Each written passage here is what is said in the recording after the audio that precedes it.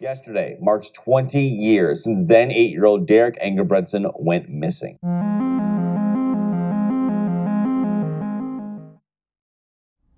Hello beasts of YouTube. In today's video we are going to cover the strange, unsolved disappearance of 8-year-old Derrick Engebreston. Derrick would go missing on December 5th, 1998 at the Rocky Point area in Oregon's Winema National Forest. Derrick had a love of the outdoors and had a nickname, Bear Boy, because of it. He had grown up hunting with his father and mushroom picking with his grandpa. When Derrick was only 1 week old, his mother put him in a pack and carried him while on a bear hunt. I just have to say, that's pretty cool. I never worried about him in the woods at all. This case has remained unsolved for the last 23 years and is still an open investigation.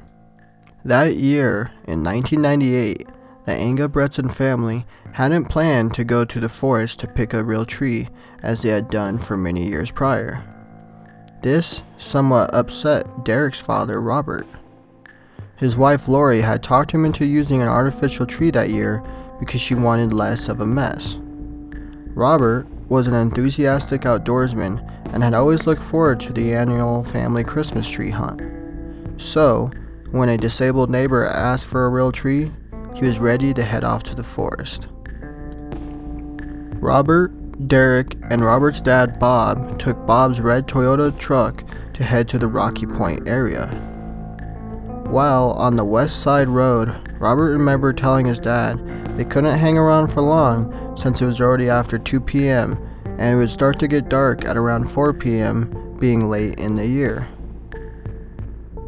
Bob pulled into a turnout at milepost 12. Robert helped Derrick get into his blue snowsuit. The three of them then went back up an embankment into the pine forest. Robert had walked ahead of his dad and Derrick, telling Derrick to stay with his grandpa.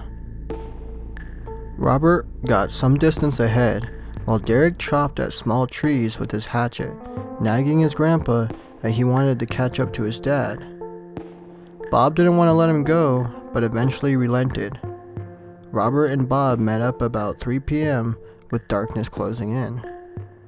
Has Derrick come out yet? Has Derrick come out yet? And he goes, no. I mean, nonchalantly. And nonchalantly, and I'm like, Dad, my son is missing. Robert turned away and sprinted back up the hill as heavy, wet snow fell. He shouted Derrick's name, but there was no response. Robert had flagged down a man driving along the road, Fred Haynes, at 4:13 p.m., asking him to call 911 for help from the authorities. Fred then made the call from a resort 2 miles away from Derrick's disappearance. Hours immediately after Derrick's disappearance, Robert and other members of the family found Derrick's tracks in newly fallen snow.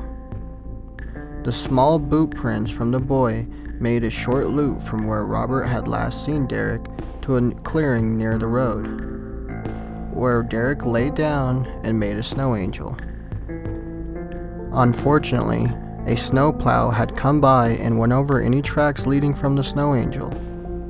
No tracks led back into the woods from the snow angel, making Robert feel certain his son didn't head back to the woods.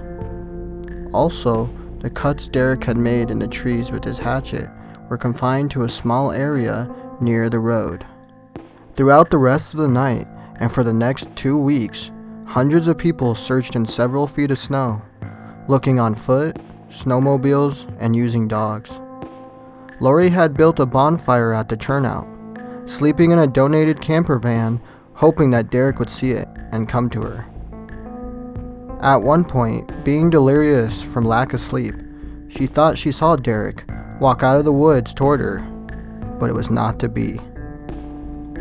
A makeshift lean-to shelter made out of branches and a candy wrapper was found, but it was unclear whether it was related to Derrick. The family members were convinced that Derrick had made his way to the road and might have been picked up by a stranger, but the sheriff didn't think this happened and discounted those concerns. A child's footprint on an embankment at a nearby lake in a hole in the ice was discovered as well. Divers searched the lake the next day and an additional search was done in the area during spring thaw, but nothing turned up. The official search ended after 8 days, with Klamath County authorities telling Lori and Robert that their son was likely dead. Lori, Robert, and at least 100 volunteers stayed up on the mountain searching for another 7 days. Speculation that Derrick had been abducted deepened at this point. Sub-zero temperatures forced the Engebreston family to end the unofficial search on December 18, 1998. For the next 2 years, every weekend, Robert would drive straight from his graveyard shift at work to the mountain, meeting Lori and searching different sections. They kept a map marking areas they had already searched. There had been criticism of the authorities about the search and rescue effort, as people thought they had been slow to get to the scene after they received the call for help. The coordinator was reluctant to stop the Christmas dinner for Klamath County Search and Rescue Team's annual awards dinner at Molly's restaurant until he was sure a rescue was warranted. Authorities kept insisting that Derrick had wandered into the woods and died with animals scattering his bones. The Engebreston family never believed that, especially with no bones or torn clothing being found. Also, to add fire to the theory that he was abducted, a witness said she saw a man struggling with a boy on a nearby highway. Fast forward to 1999 and some graffiti was scrawled on the rest area bathroom wall near Burns which said Derrick had been killed and buried. The FBI insisted that this was just a hoax. A boy was found in Texas under unusual circumstances who looked a lot like Derrick, but proved to be someone else. Then, in 2000, a bone was discovered in Pelican Butte, but this just turned out to be a deer bone, after several days of waiting to confirm the identity.